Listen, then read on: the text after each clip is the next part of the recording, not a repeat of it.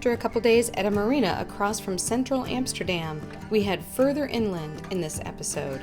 We hope you enjoy the beautiful countryside of the Netherlands.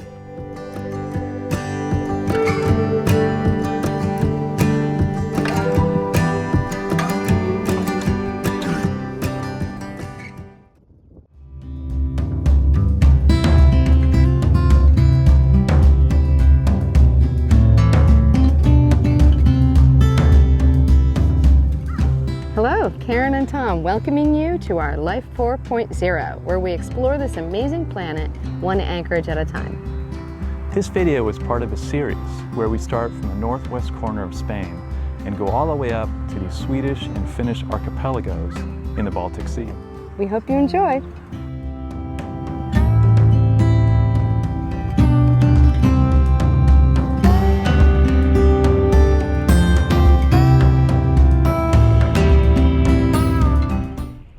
By the city front of Amsterdam, we've got one of these canal cruise boats cutting in front of us here. We were on one yesterday, so we kind of know their route. They go back into the canal system over there. We're at Central Station here, and it's a lot of ferries going back and forth, so it's very tricky to monitor this. We're kind of both at full attention right now. We've got fenders out on both sides, and lines, stern line, a spring line, and a bow line on each side for going to the lock up here. Orange Sluss is the name of the lock, and then we have a bridge that opens for us right after that.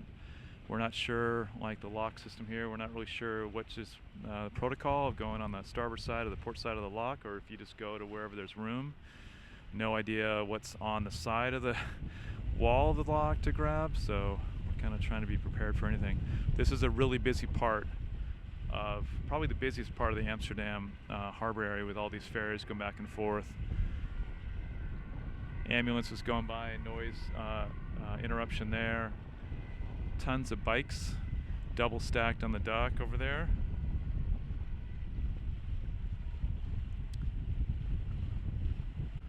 And a ferry just departed from there. Zipping across. These are really helpful ferries to visitors to Amsterdam. We've been using them the last 2 days. They're free to pedestrians and bicyclists. If you have a car, I guess there must be some charge, but we didn't see a car on any of them. But super convenient for getting over here to the north side of Amsterdam and to our marina that was way down over there.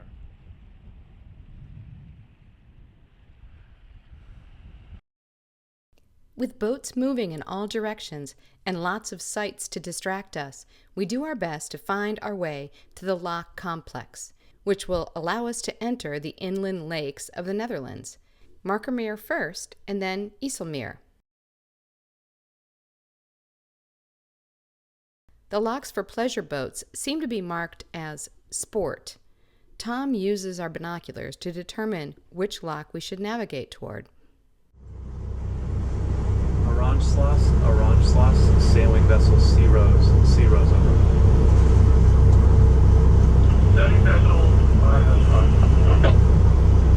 Yes, this is Sea Rose. Can you tell me which lock we should be entering in? Over.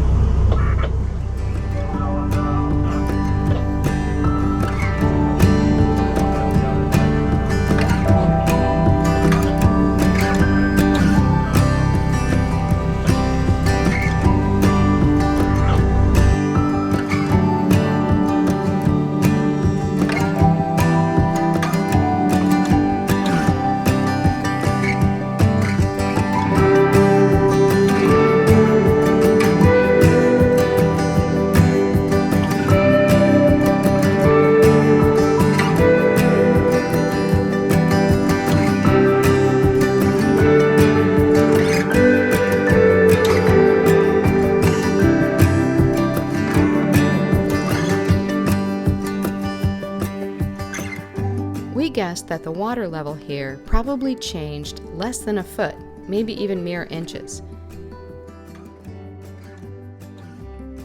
We call the bridge operator to request an opening.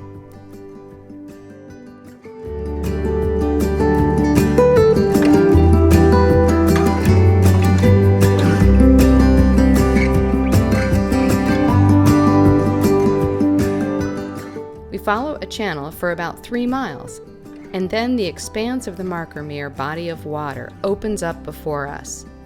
While the channel we are in has at least 3 meters of water, most of the surrounding waters are around 2 meters deep.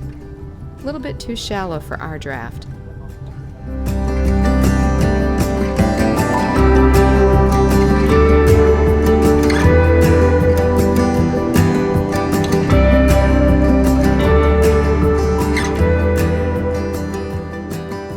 Here's where we're going for the night, behind this breakwater, or dike, I guess, and just off the island of Marken. We're in Markermeer. Lots of pleasure boats and these little towns that are on the shore in the distance there. We're going to discover one of those later today, but otherwise it's very flat. And just a light breeze coming down out of the north. Can't really use it to sail too well. And we're not really sure we want to sail at the moment. So we got depth, big numbers of depth there on the gauge so we can read it easily enough. It's been around 2-ish meters for a while now, mainly because we're in this channel. We're going to be coming out of this channel and going off around this Marken Island, Marken Point, and then around into here somewhere tonight. So we're going to be going out of the somewhat deeper water in the channel here and come around here into the 2s and 3s depth readings, which will mean could have less than a meter under the keel, and it's kind of like what we're going to need to get used to because this is reclaimed area that they let the floodwaters come in here and then used some of the sand and soil to build up the land around and to secure that so that it could be safely lived on and build villages and all that kind of stuff, while they control the height of this with a rather large dike that goes across. So there's 2 bodies of water like this, the Markermeer and the Ijsselmeer. It's this one here, and then there's a dike going across here with 2 locks on one lock on each end that you can use, and the same thing here. This is a dike. This is North Sea. This is open, sort of tidal, but there are locks on either side of there, and you can see this pattern with blue with light blue with the little red asterisks means it's too shallow really for us to navigate through those areas. But they do have buoy channel areas, and we'll be just watching the depth very closely. Getting a little closer to our destination here, a little town called Volendam on the Markermeer. We take our dinghy on a harbor tour. First stop was the harbor of Volendam, with a bunch of historic sailing ships ready to take visitors on an excursion.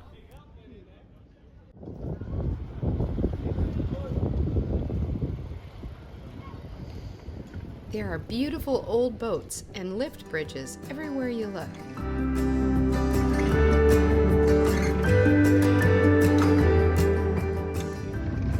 This is Volendam. Gonna go down to the next harbor over, next little town over. Just brought our dinghy, little guy over there, over to this other town. We just came into this waterway today, and here's this drawbridge. I'm not sure if it works. It looks like it might. We're in the town of Monnikendam, and it's very cute. So we're gonna walk around, check it out.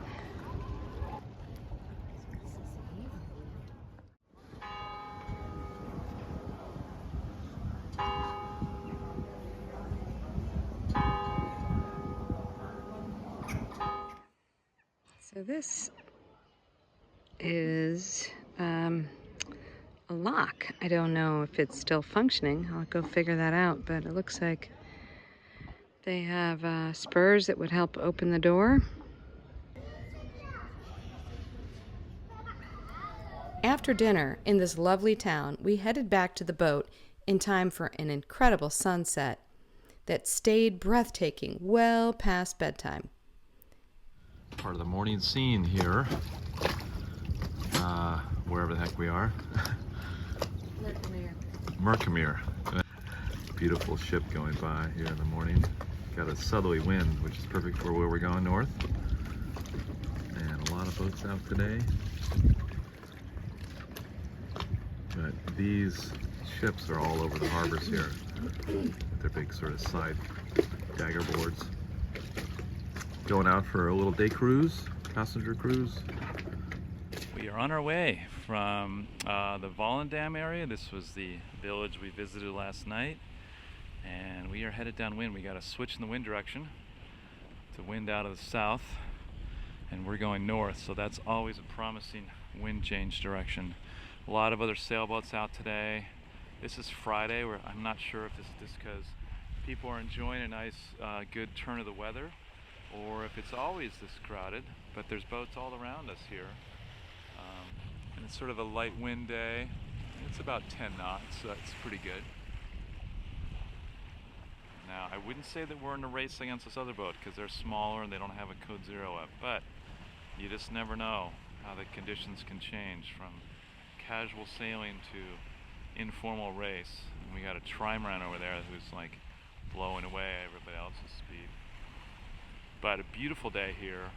So we're headed to Enkhuizen today. It was a recommendation from a boater a week or so ago that we ran into, I think it was in Belgium, and they said that there's a lot of beautiful villages, old Dutch villages here that are kind of like out of a different space and time continuum, even people dressing in traditional costume and all that.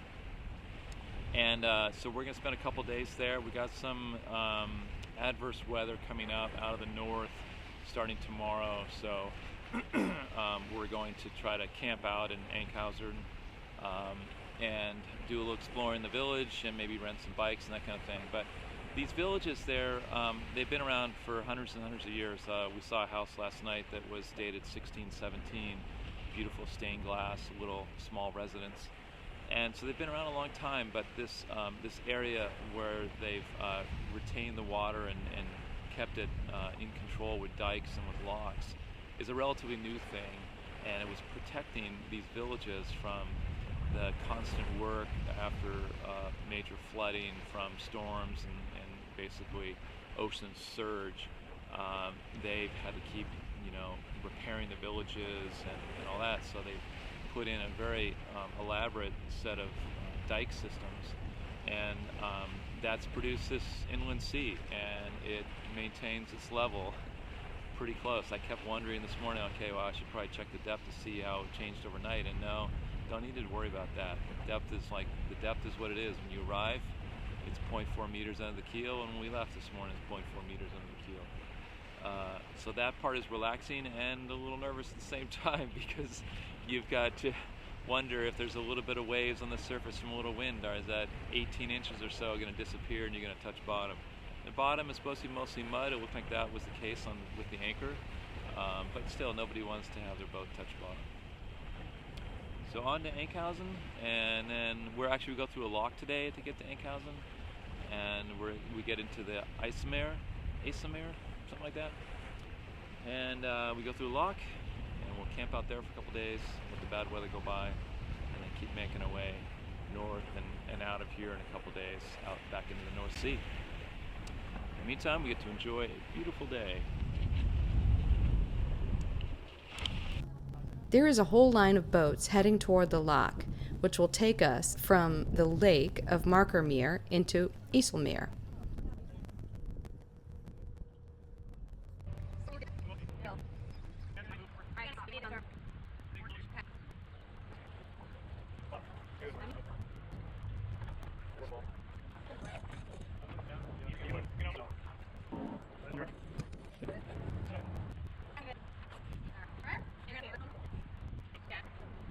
Soon, boat after boat are squeezing into both sides of the lock.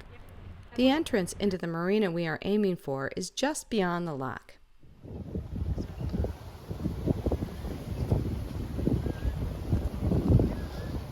lot of boats out today. This is the lock that we just came in through earlier today, and you can see how many boats are tied up all on the waiting pontoon waiting to go through, and some boats that are tied to pilings there on the left side. Just crazy. And there's just a whole bunch of boats out going racing or code zeroing it. And then this is the dike over here. Yeah. Oh yeah, yeah. So where you can see those cars going is the dike that crosses over to the eastern side. It's like 30 kilometers. Ijsselmeer. I think it separates Markermeer. No. Markermeer from Ijsselmeer. Something like that. Yeah. Goes off in the distance there. And close up, we've got lots of boat traffic. This is Friday, so maybe people get an early start on the weekend. Big, huge aluminum boat. Yeah.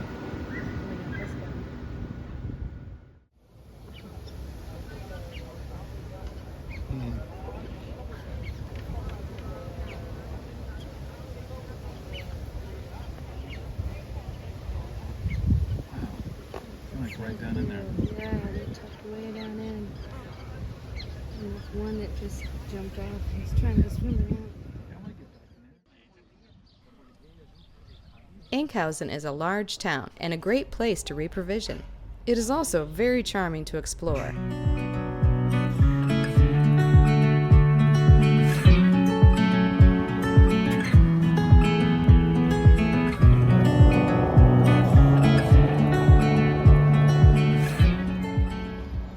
Up here is just leaning just a little bit.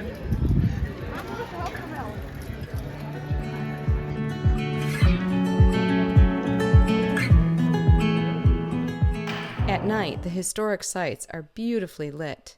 As we waited for contrary winds to change so that we could more easily sail north and out of the Ijsselmeer, we rented bikes and headed toward the village of Hoorn. The ride had us right on top of the dikes, and occasionally we would drop down off the dikes so we could snake through the quaint neighborhoods.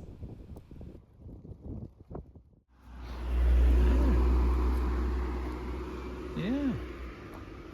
We got a brown one, we got a white one, got a gray one, and a tan one. And have you just lost your hair? You had a big haircut. And how about you? It looks good. Looks good on you. Very good for a warm day.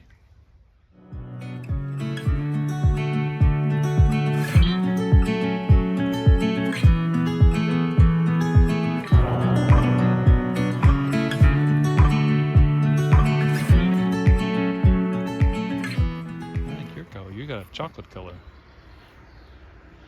Yeah. I don't want to stick my finger out. Don't worry.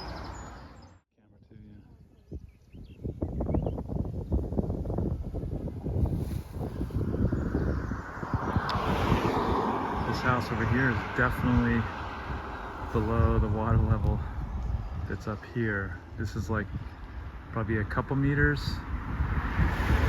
above the canal down here, and that house is like just above the canal. So they are hoping the dike holds up. We rented bikes in Enkhuizen and rode the, I think it was about 14 kilometers down to Hoorn. And this is the waterfront in Hoorn. We just saw one sailboat come through this very small opening, another one leaving. It's a really cute town. There are so many cute towns along here, but this one is really fun. It's really great to arrive here on bike because that's what people do in the Netherlands.